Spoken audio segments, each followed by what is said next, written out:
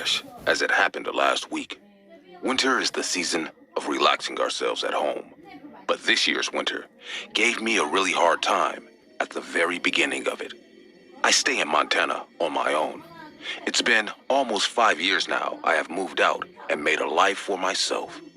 Due to the winter season, most people in my neighborhood were either out for holidays or went to visit their families.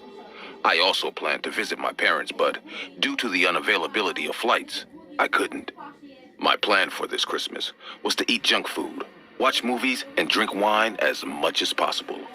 But this sudden incident from last week has turned my world upside down. It was a cold winter evening. I opened my door to look out. The whole locality was covered in snow. Streetlights were glowing in the dark. There wasn't a single person on the streets. I got a bit upset about being alone. Just then, I received a call from my dad. He said, "All good, Kim? I know you are upset. Your mother and I are going to visit you soon." His words put a smile on my face, and I replied, "How did you know I was feeling upset?"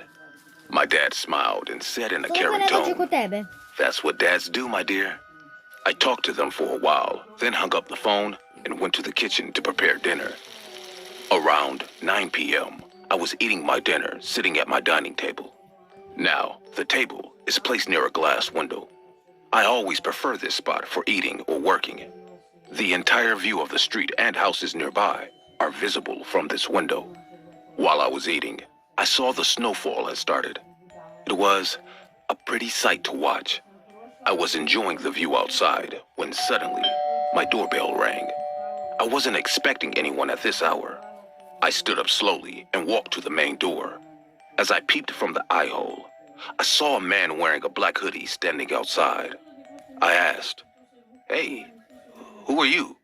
The man took off his hoodie and said with a big smile, "Here's your food, ma'am." He then lifted up his right hand. There was a brown paper bag like those takeaway packaging. Without opening the door, I replied in a confused tone, "But I didn't order any food. You must have come to the wrong address." The man looked at his phone and said, "This is 22 CR Avenue, right?" I replied, "Yes, the street is right, but what is the house number?" The man now scratched his head and said, They told me the house on the right. Your house is the only house nearby with its lights on, so I guessed this is the one." The man was of average height, but very bony.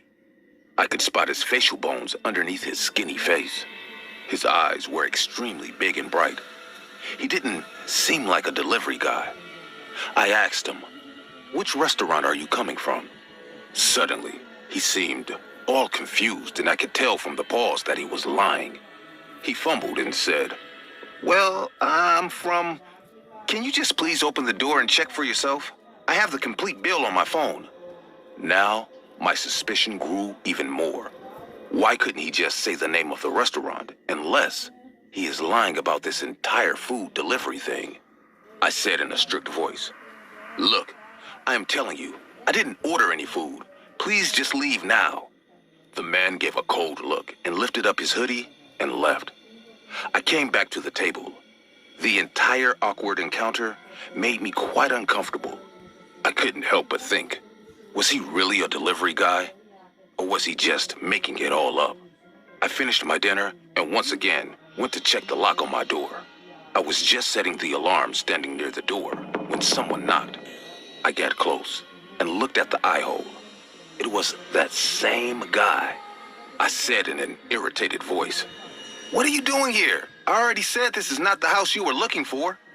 The man replied in a hesitant voice, "Sorry to bother you, ma'am, but my bike is not starting. I tried calling the food station. My phone battery is dead, too. Can I please come in and use your phone?" The entire street was empty, and there was no way I was letting this guy inside. But I thought to myself, what if he's telling the truth and he really needs help? I was thinking about what to do right now, but suddenly a doubt popped in my mind. I could see the streets from the eye hole behind this guy, but there wasn't any bike parked nearby. I asked in a doubtful tone, "Where is your bike?" He said in the same hesitated voice, I have parked on the side.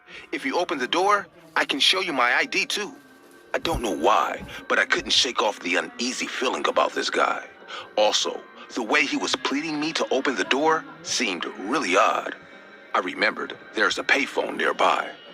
I said spontaneously, I just remembered, there's a payphone nearby. You can use that, you know.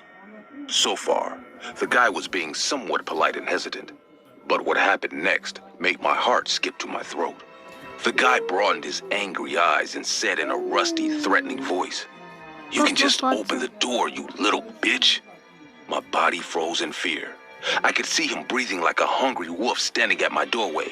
I said in a scared voice, What? What did you just say to me? The guy said in the same rough voice, Just open the door and let me in. Open the door. Open, open, open. He then started to bang on the door like a maniac. I was terrified and almost broke down in tears. There was no one in the locality to come to help right now. I got my shit together and screamed in a loud voice. Listen, you asshole. If you don't back off from my door right now, I'm gonna call the cops and make sure you rot in jail for harassing me all this time.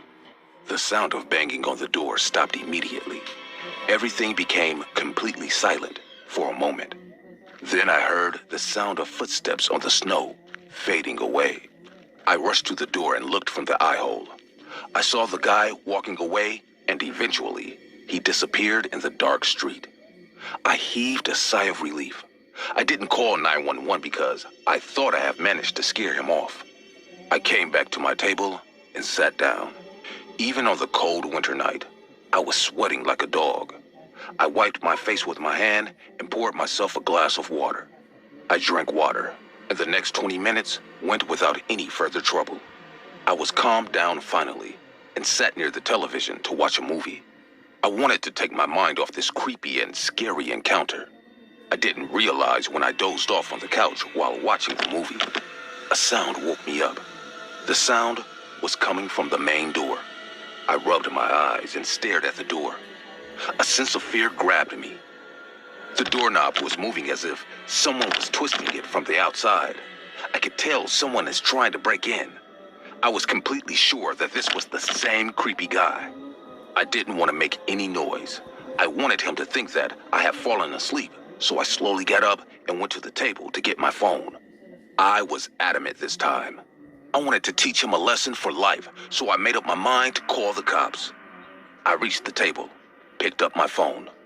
I slowly walked to the door just to check what he is up to right now. As I went to peep through the eye hole, I immediately sprung back in horror. There was already an eye on the eye hole from the outside. The guy was trying to look inside my house.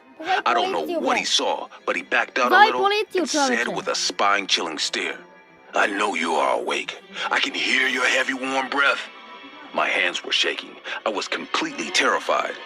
Gathering all the courage inside me, I said in a firm voice, I'm going to teach you a lesson now. I walked to the table, sat down, and calmed myself. I then dialed 911 and reported how a fucking creepy guy is harassing me for a long time and right now trying to break in. The cop at the station told me to hold on and be brave. The roads are covered with snow, so it might take 15 to 20 minutes for them to arrive. Needless to say, I was shit scared, but I didn't want to let this guy take control over my fear, so I said out loud, Just wait, you freaking jerk. The cops are coming to get you. A few minutes passed silently. There was no sound of him. Suddenly, I heard a strange sound on my glass window. Something inside me was telling me to go to my room and lock the door until the cops arrive, but I couldn't stop myself to check what's going on right now.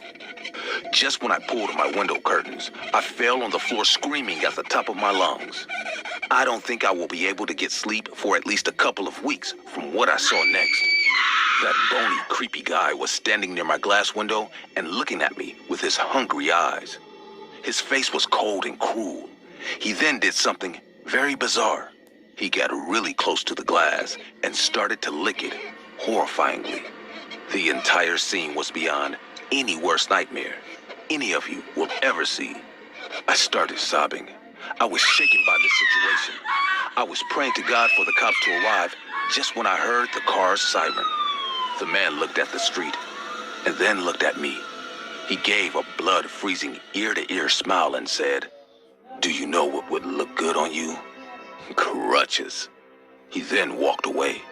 I don't know how I should be feeling right now. I don't know what that guy's problem was. I just know he is a filth walking over the society, making women feel miserable and unsafe. The cops searched the area and obviously couldn't find any trace of him. I am now staying at one of my colleagues' house. My parents are coming tomorrow to get me. I don't know if I will ever be able to go back to my house. Even if I do, sitting at my favorite spot will be my biggest nightmare.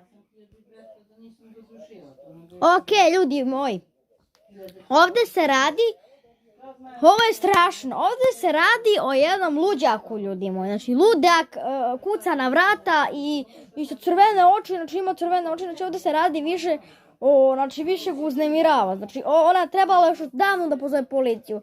Čim je rekla ovo je pizza. Dobro, ovo nije kad je došlo za pizzu nego treba da pozove policiju, još od kad je došlo opet. Nema veze. Ako vam svidio ovaj video, bacite like i subscribe, a mi se vidimo u još nekih spuki priča.